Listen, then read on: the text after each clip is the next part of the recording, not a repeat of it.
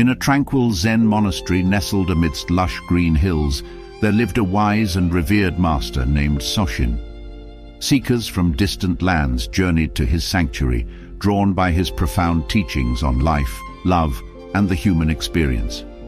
One day, a curious traveler named Kai arrived at the monastery, seeking answers to the mysteries of desires that tugged at his heart. He approached Master Soshin and with humility posed his questions. "Master Soshin," Kai began, "I find myself entangled in the web of desires. They surge through me like a river, at times gentle and at times fierce. Are these desires not a hindrance to our spiritual journey?" Master Soshin smiled, his eyes reflecting the shimmering lotus pond that graced the monastery grounds. "Ah, desires," he mused, "much like the lotus that blooms amid the flowing stream. They are natural, emerging from the depths of our human existence. Is it not said," Kai continued, "that desires are fleeting and transitory like ripples on the water?" "Indeed," Master Soshin nodded.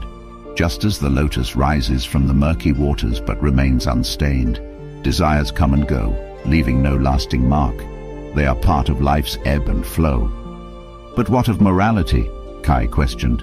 "Society often casts judgment upon desires, deeming some as righteous and others as sinful." Master Soshin's eyes twinkled like stars in the night sky. "Morality, my dear seeker, is a path paved by human perceptions.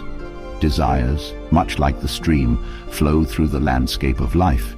It is the conscious choices we make that determine our journey." Kai's brow furrowed as he pondered. Is it then possible to break free from desires, to attain liberation? The Master's voice carried the soft wisdom of the breeze rustling through the trees. Liberation is not in escaping desires, but in understanding their nature. Just as the lotus rises from the water but remains rooted, we can rise above desires while remaining grounded in our conscious choices. Kai contemplated the Master's words, his thoughts drifting like petals on the wind. But what of those who struggle, their desires becoming compulsions? "Ah, my young friend," Master Soshin replied, "human hearts are as diverse as the colors of the lotus petals. Some desires pass like fleeting clouds, while others may linger. It is in recognizing the shades of our own tendencies that we find balance." As the sun dipped below the horizon, casting a golden hue upon the monastery, Kai continued his inquiry. Can we truly live in harmony with desires, embracing them without being consumed?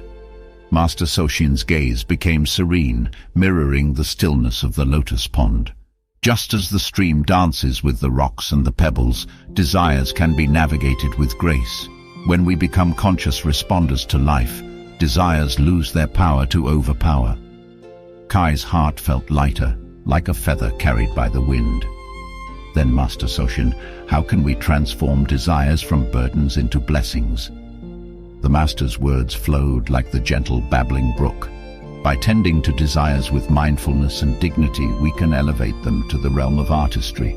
Much like an artist shapes clay into a masterpiece, we can mold desires into conscious choices that enrich our existence. Is it truly possible, Kai wondered, to transcend the notion of desires as sinful and embrace them as part of our human tapestry?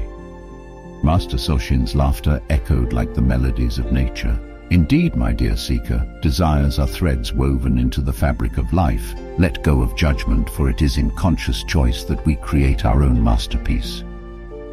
As Kai listened to the Master's words, a sense of clarity washed over him, much like the cool water of the stream. In the embrace of Soshin's wisdom, he realized that desires, like the lotus and the stream, were neither chains nor burdens. They were invitations to dance with life, to make choices that honored both the human experience and the spiritual journey. And so, beneath the moonlit sky, amidst the rustling leaves and the gentle ripples of the lotus pond, Kai found his path illuminated by the Zen Master's teachings. With a heart unburdened by judgment, he set forth on a new journey, one of conscious choice, harmony with desires, and the art of living a life enriched by both the stream and the lotus.